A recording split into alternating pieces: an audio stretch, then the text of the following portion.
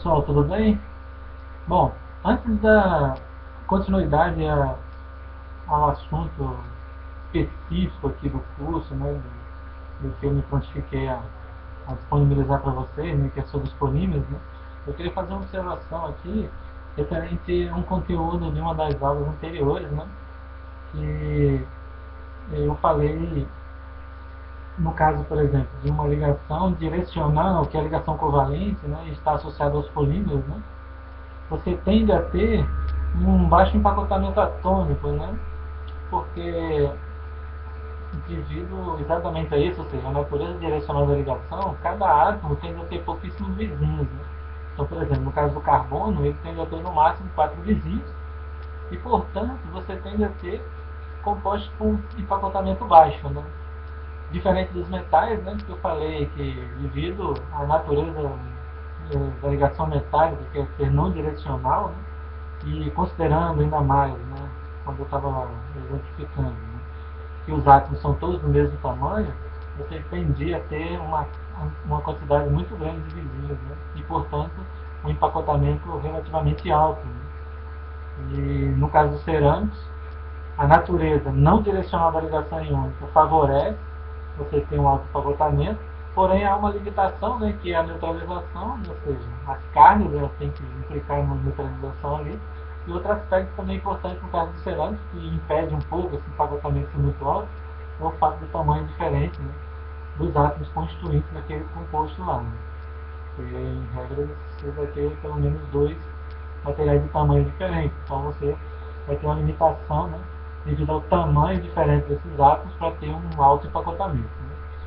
Sendo que, no momento que eu associei, né, o baixo empacotamento da ligação covalente, eu coloquei praticamente como se isso fosse um sinônimo de uma baixa densidade atômica. Né.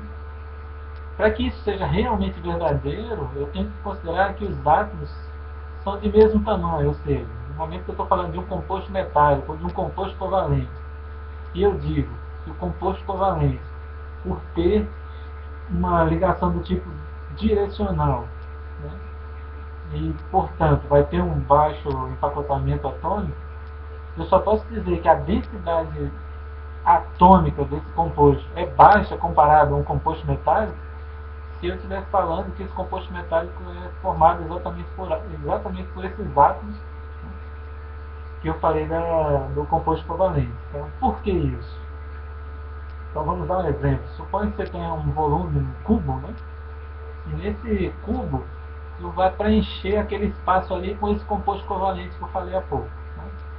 Então, devido à natureza direcional da ligação covalente, cada átomo ali desse composto covalente vai tender a ter poucos vizinhos. Né? Porém, se esse composto, se esses átomos, né, constituintes desse composto, eles forem muito pequenininhos, eu posso colocar uma quantidade relativamente grande nesse volume cúbico. Né? E no momento que eu falo de densidade atômica, a unidade para isso seria átomos por unidade de volume. Né? Então, como os átomos, acabei de considerar, são pequenos, então nesse volume aí eu posso dizer que eu posso ter uma densidade atômica relativamente alta, mesmo tendo um baixo fator de empacotamento. Tá? Porque como os átomos são pequenininhos, eu vou poder colocar ali dentro uma quantidade relativamente grande, né, naquele dado volume. Então, se eu considerar um composto metálico formado por esse mesmo tipo de átomo, como a ligação é não direcional, né, no composto metálico, obviamente que eu teria uma densidade atômica muito maior nesse dado volume. Por quê? Porque a gente sabe que devido à natureza não direcional da ligação, cada átomo desse composto metálico vai poder ter uma quantidade bem maior de vizinhos em comparação a esse composto covalente. Né? Porém, se agora eu considerar tamanhos diferentes de átomos, ou seja, vamos supor que esse composto metálico, em vez de ser formado por esses átomos pequenininhos, são formados por átomos muito maiores, pode ser que eu tenha nesse volume uma quantidade de átomos muito menor. Vamos pensar que no volume coubesse apenas um átomo, né, por ele ser muito grande. Então a densidade atômica vai ser bastante pequena, porque eu teria um átomo no volume inteiro, né? Então átomos por unidade de volume seria bastante pequena, porém eu teria um fator de empacotamento muito alto, porque é a natureza não direcional da ligação que vai definir a quantidade de visíveis. Tá?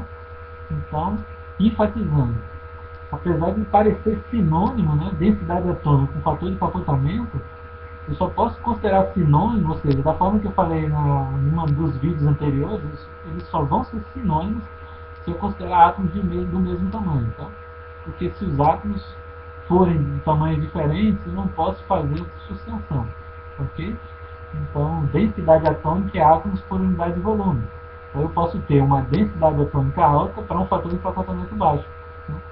E no composto metálico, eu citei, se ele for formado por átomos muito grandes, eu posso ter um empacotamento muito alto e, ao mesmo tempo, ter uma densidade atômica baixa. Né? Ok? Era isso.